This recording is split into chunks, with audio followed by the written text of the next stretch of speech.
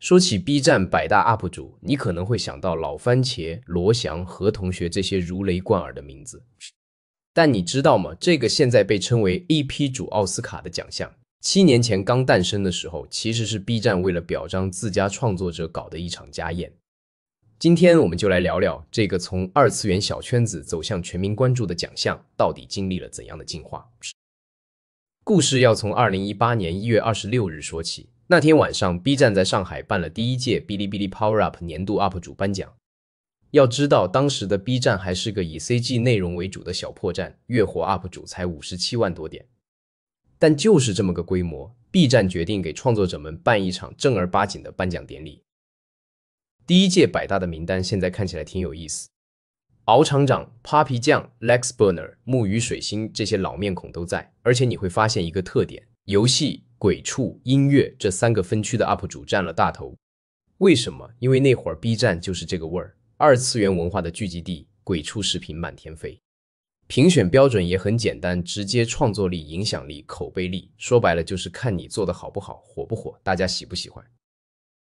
有個細節特別有意思，第1屆頒獎典禮上 ，Alum 因為創作了《達拉崩吧》這首神曲拿了10周年成就獎。這首歌後來還登上了江蘇衛視跨年晚會，當時被視為二次元文化逆襲主流的標誌性事件。你看那個年代 ，B 站的 UP 主能出圈上衛視，都能成為新聞。2019年第2屆辦得更熱鬧了 ，B 站正好10周年頒獎典禮的規模明顯升級，場地更大了，嘉賓陣容也更豪華，連唐國強老師、局座張召忠這些大咖都來了。這一屆開始有點不一樣了，生活區的 UP 主數量開始追趕遊戲區，美食類內容開始崛起。為什麼會這樣？因為 B 站在破圈用戶群體從核心二次元愛好者擴展到了更廣泛的年輕人。但真正的轉折點是2020年第3屆。這一年發生了什麼？科技區消失了，取而代之的是數碼區和知識區。你別小看這個調整，這意味着 B 站不再只是個娛樂平台，而是要做學習社區了。知識區包含了科學科普、財經、校園學習、職業職場等6個2級分區，一下子把 B 站的內容生態拉寬了一大截。這屆百大名單也很有看點，生活區首次超過遊戲區成為第1大戶，知識區的 UP 主數量暴增。還有個特別的第1位明星百大 UP 主誕生了，就是玉石歌姬黃齡。他不是簡單的把 B 站當成宣傳平台，而是真的在和粉絲互動，認認真真做內容，這才贏得了 B 站用戶的認可。到了2021年第4屆，畫風又變了。B 站把評選標準從創作力、影響力、口碑力改成了專業性、影響力、創新性。這個變化很微妙，從口碑力到創新性，意味着 B 站不再只看用戶喜不喜歡，而是要看你夠不夠專業，有沒有創新。這一年，羅翔說刑法何同學這些知識類 UP 主大放異彩。羅翔老師講刑法案例，何同學做科技評測，都是專業度拉滿的那種。還有個有意思的現象，這屆百大中首次入圍的 UP 主占比達到63%，新面孔特別多。這說明什麼？說明 B 站的內容生態在快速迭代，新人有機會，老人也得不斷創新，才能守住位置。2022年第5屆更誇張，64位首次入選的 UP 主，幾乎2/3都是新面孔。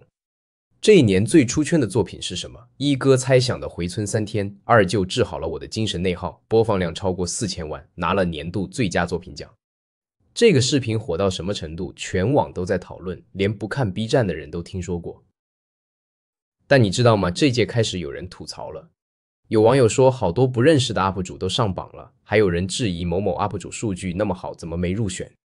這其實反映了一個問題，當 B 站從380萬月活 UP 主裡選100個人出來，不管怎麼選都會有爭議。2023年第6屆知識區終於超過遊戲區，成為第1大分區，占了23個席位。老番茄連續6年入選百大，成為釘子戶，木魚水星、范式這些老將也還在堅守。但與此同時，哲學王子王德峰教授入駐 B 站半年就漲粉100萬，首次入選百大。你看，這就是 B 站的魔力，傳統學者和年輕創作者同台競技，誰有真本事誰就能上。到了2024年第7屆 B 站玩了個大的，官方明確規定，百大 UP 主必須是做橫屏中長視頻的創作者，豎屏短視頻的不算。這個規定一出，信號很明確 ，B 站要守住自己中長視頻的基本盤，不跟抖音、快手拼短視頻。這一屆遊戲區回到第22個席位，知識區21個緊隨其後。但爭議也來了，何同學、中國 boy、超級大猩猩這些千萬粉絲的 UP 主居然落選了。評論區炸鍋，有人說這是什麼神仙標準，也有人說粉絲多不代表內容質量高。其實這些爭議背後反映的是 B 站的焦慮。當平台用戶從小眾走向大眾，當月活 UP 主從57萬漲到380萬，怎麼在100個名額裡既照顧老將又扶持新人，既保證專業性又考慮影響力，既鼓勵創新又維持公平？這是個根本無解的問題。有 UP 主叫 LKS 的在視頻裡揭秘了一些評選規則，比如百大評選有硬性門檻，會生成一個漲粉量綜合排名前1000的池子。B 站獨家或首發的 UP 主會加分，在競品平台簽約的會減分。你看，這其實就是商業平台的正常操作，但一旦公開，難免讓人覺得原來還有這些小九九。更有意思的是，有網友給百大起了個外號叫“暗殺名單”。為什麼？因為不少獲獎的 UP 主後來出了各種負面新聞，搞得大家開玩笑說上了百大就要出事。當然這是巧合，但也從側面說明，在流量和關注度面前，人性的考驗是很難過的。音樂製作人 Elam 就說過，百大 UP 主的含金量在最初2屆後有所下降。這話雖然有點得罪人，但確實反映了一個事實：當評選從小圈子的自嗨變成全平台的盛典，當標準從簡單粗暴變成複雜多維，公信力的維持就變得越來越難。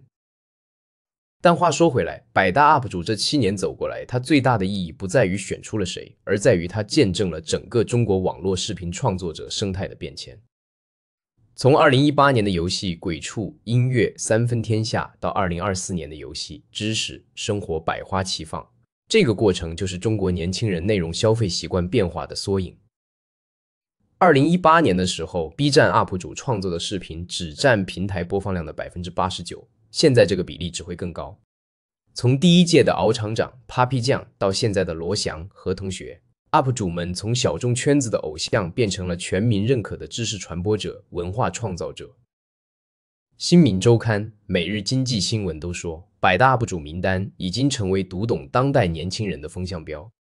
這話不假，你看知識區能超過遊戲區成為第1大分區，說明年輕人不只是要娛樂，也要學東西。你看時尚區從倒數躍進前5，說明大家對生活品質的追求在提高。你看汽車區從1個席位增加到4個，說明消費升級這事兒是真的在發生。7年時間，百大 UP 主從100個人的小聚會變成了數百萬創作者爭奪的競技場。老番茄、木魚水星、范式、逍遙散人這4位連續7年入選的超神選手，成了這個時代的見證者。他們的堅持告訴我們，在這個內容爆炸的時代，持續輸出優質內容依然是硬道理。當然，爭議會一直存在，有人覺得評選不公平，有人覺得標準不透明，有人覺得自己喜歡的 UP 主應該上榜。但正是這些爭議證明了大家對這個獎項的重視。如果沒人在乎，也就不會有那麼多討論了。B 站百大 UP 主的故事，其實就是中國互聯網內容創作者從邊緣走向中心的故事。7年前能上 B 站百大的都是小圈子裡的紅人，7年後百大 UP 主已經是全網認可的頂級創作者。這個變化不只是一個獎項的進化，更是整個行業的成長。從二次元小破站到月活 3.5 億的視頻平台，從57萬 UP 主到380萬創作者， B 站用7年時間證明了一件事：當你給創作者足夠的尊重和激勵，他們就能創造出超乎想象的價值。百大 UP 主這個獎項就是這個理念最直觀的體現。未來百大會怎麼樣？誰知道呢？也許有一天標準會更透明，也許有一天席位會擴大到200個，也許有一天會出現更多的分類獎項。但不管怎麼變，只要 B 站還在，只要創作者還在，這個見證中國網絡視頻時代變遷的獎項就會繼續辦下去。畢竟，在這個人人都能當 UP 主的時代，有個官方認可的榮譽，對創作者來說意味着什麼，只有他們自己知道。而對於我們這些觀眾來說，每年看着百大名單，猜測誰會上榜，誰會落選，吐槽幾句評選不公，然後去他們的頻道3連支持，這不就是參與感嗎？所以啊，百大 UP 主的故事還在繼續。7年只是個開始，這場關於創作、關於堅持、關於夢想的競賽還會一直辦下去。因為只要有人在創作，就會有人在觀看，而只要有人在觀看，就會有人想要被看見。這就是百大 UP 主存在的意義。